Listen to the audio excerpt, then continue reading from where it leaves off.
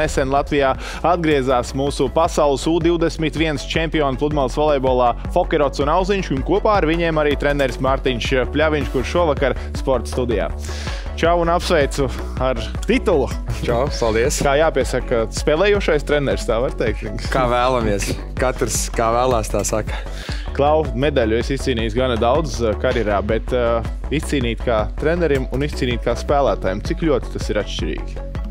Man liekas, tās emocijas vairāk kā spēlētājiem, jo kā trenerim tas uzdevums, tas mērķis bija vinnēt, un tad tas ir tā kā tu padari darbu, izelpoji tālāk. Kā spēlētājiem tās emocijas laikam vēl tur ir kādu laiku iekšā, man kā trenerim jau sen ir. Es jau esmu skatos jau uz nākamajiem turnīriem. Bet tu nevari tik daudz kontrolēt laukumā, kā tu esi kā spēlētājs, vai ne?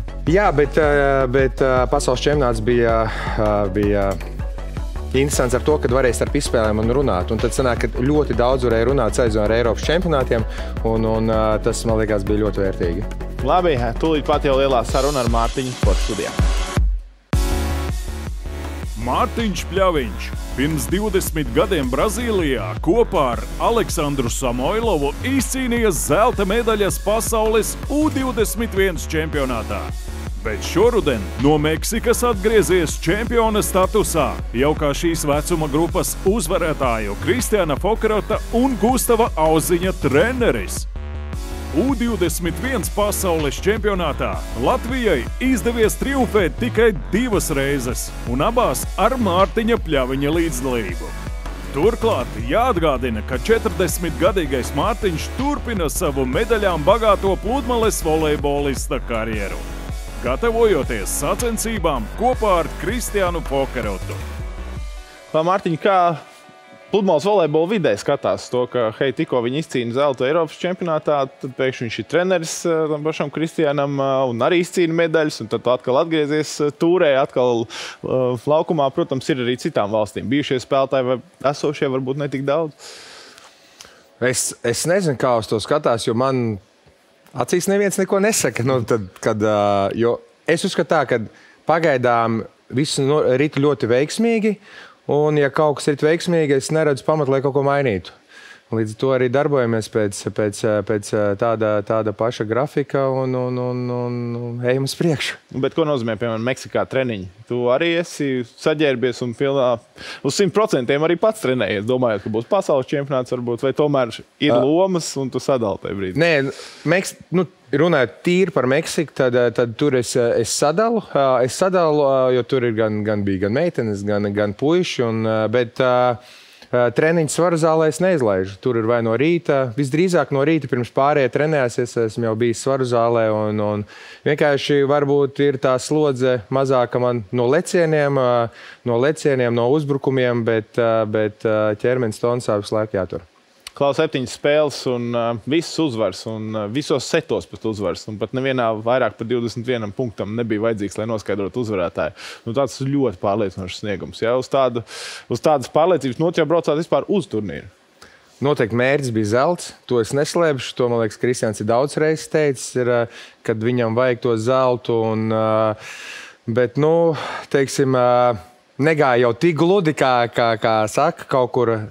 Nav iespējams uzvarēt nevienu turnīru bez kaut kādas veiksmes. Un bija brīži, kur puišiem mazliet paveicās. Bija brīži, kur Kristiāns ļoti nospēlēja, teiksim, augstasinīgi un pārliecinoši, jo viņš bija spēlējis elitē visu sezonu, un tad tās darbības pie tīkla bija ļoti nepieciešams svarīgos brīžos, bet kā teikšu, kā arī paveicās. Pret tiem pašiem meksikāņiem, kas 6 punktus pēc kārtas, tas, man liekas, meksikāņiem tas bija vienīgais laikam, tāda bedra turnīra laikā.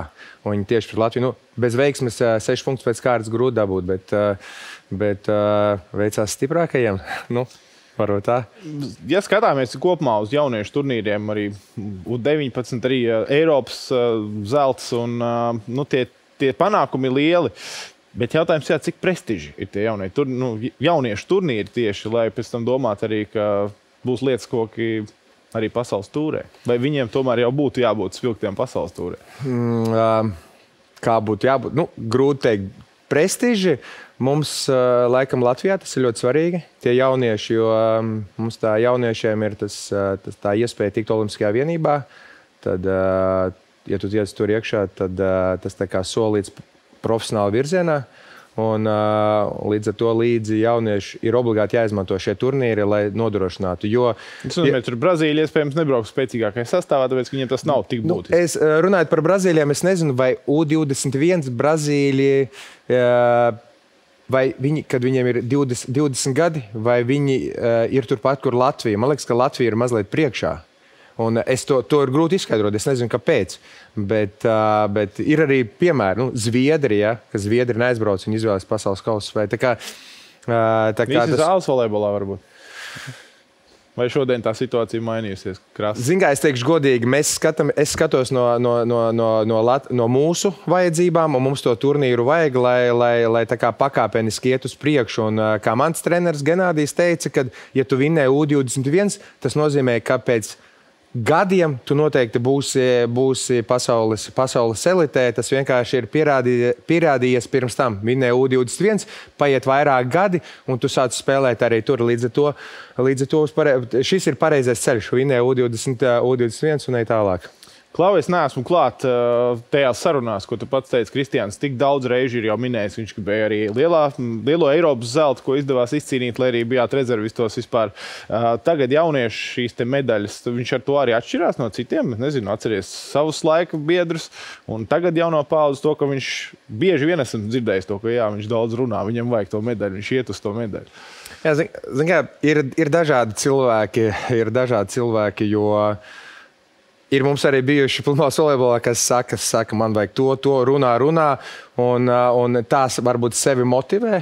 Un ir arī cilvēkam patīk daudz nerunāt, bet darīt.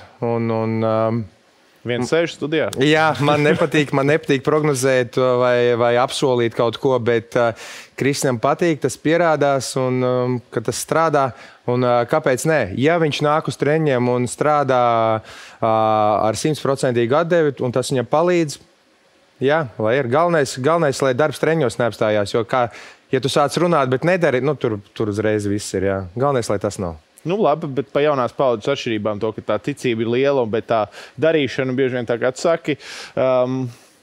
Vai tas tev kā lielajiem cīnītājiem laukumā, tas tev netraucē tomēr pielāgoties to, ka jā, jaunā paudze nedaudz tur citādāk jāpielāgojas varbūt. Vai tomēr tu tāpat esi tas, kurš teiks, ja es redzēšu, tā kā Samoilovs skolā, jā, Genādī, tur ir kaut kāda atšķirība, tu jūti? Labi, ir bijuši laiki mainījušies. Šodien uz naudu nav jāspēlē. Mēs ar zin kā, mūsu jaunā paudze, viņa ir vājāki. Tur pie Genādija noteikti arī neizvilktu visu to treniņu procesu, gan, es domāju, vairāk psiholoģiski neizvilkt. Un tad arī ar jaunajiem brīžiem ir tā bet jāpielāgojās. Ir savādāk, bet man liekas, kad es no malas skatoties, es zinu, kā bija tad, un kad tagad mēs ejam uz priekšu, tad kaut kas tikai daļa jāpaņem no tās iepriekšējās pieredzes, un daļa jāpieliek klāt, un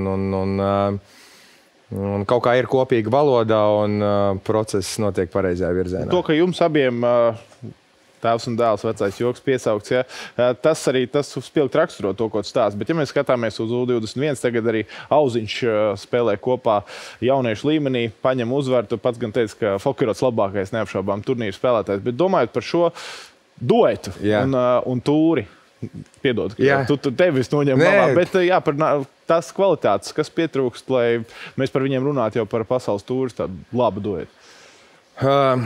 Kas pietrūkst? Noteikti spēles tajā elites līmenī, bet jā, tur ir nav grūti, tur ir vieglāk laikam noturēties nekā tikt uz turieni, un tad Gustavam uz doto brīdi pietrūkst tā spēļu pieredze, plus šādi un tad kaut kādas neveiksmīgas traumas tur, bet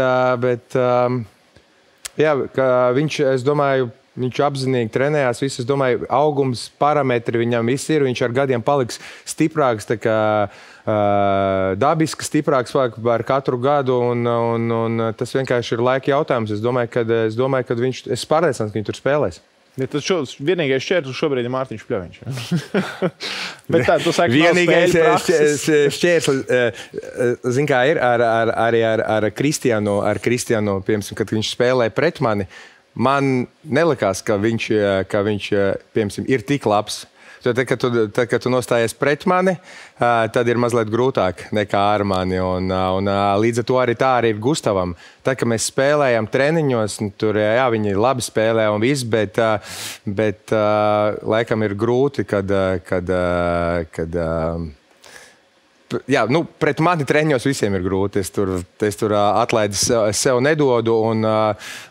Varbūt, ja vairāk viņi braukātu pa pasauli, vairāk spēlētu, tā pieredze sakrātos. Bet pagaidām, kā es teicu, kamēr tu nevari apspēlēt mani, tikmēr pagrūti. Bet tas viss, es domāju, tas viss mainīsies. Par treneru arodu. Tu jau esi trenējis arī vai profesionāļus vai amatierus, arī par velti, vienkārši censoņus, kad sanāk laika.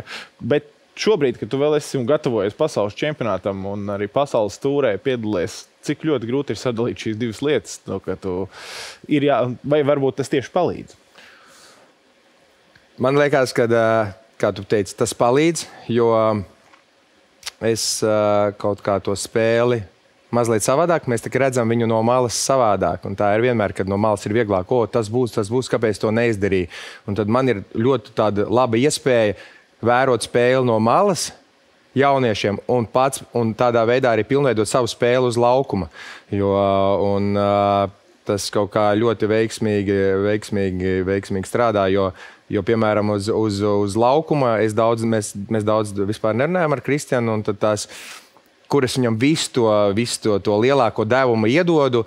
Tas ir, minūtēs tas ir maz, bet tas ir jauniešu turnīros, kad es spēju viņu daudz no malas vērot, nedomājot par sevi. Jo tad, kad es spēlēju, es ļoti koncentrējos uz sevi, lai netaisītu daudz kļūdas, un tad Kristiānam tur mēs maz tur runājam par kaut kādām izspējām. Tad sacensībās ir ļoti daudz par to var, jo es tikai koncentrējos uz viņu, un tad sanācu uz Gustavu. Un tur praktiski pēc katras izspēles var kaut ko pateikt. Klau, jau nākamā nedēļa kravājat koferis uz vēl vienu tālu pasaules malu, Adelaide, Austrālija, kur novembra vidū pasaules čempionāts. Iepriekšējā reizi 19. gadā ar Toču spēlēju. Kas ir galvenie akcenti, ko jūs liksiet? Austrālijā. Esat tur spēlējuši gan sen tikai ar Sašu. Ar Sašu, man liekas, 2008. gadā. Ko mēs akcentu liksim? Es ļoti ceru, ka tur nebūs vējš. Ka tur būs tāds tehniskā spēle, nevis fiziski, jo vējā vajag iet visi un no visa spēka tur servē, un tas mums vairāk būtu laikam izdevīgi, kad nav vēja un tā tehniskā spēle. Protams, tā spēle uzreiz daudz līdzīgāka, bet man liekas, ka tas mums būtu izdevīgāk. Un kas vēl? Es nezinu, jāmēģina ļoti maz savas kļūdas taisīt uzbrukumā, nepiespiestās, jo es domāju, ka blokā un aizsardzībā mēs savus punktus savāksim. Lai izdodas kaut ko atvest, un es nerunāju par magnētiņiem. Paldies tev par sarunu.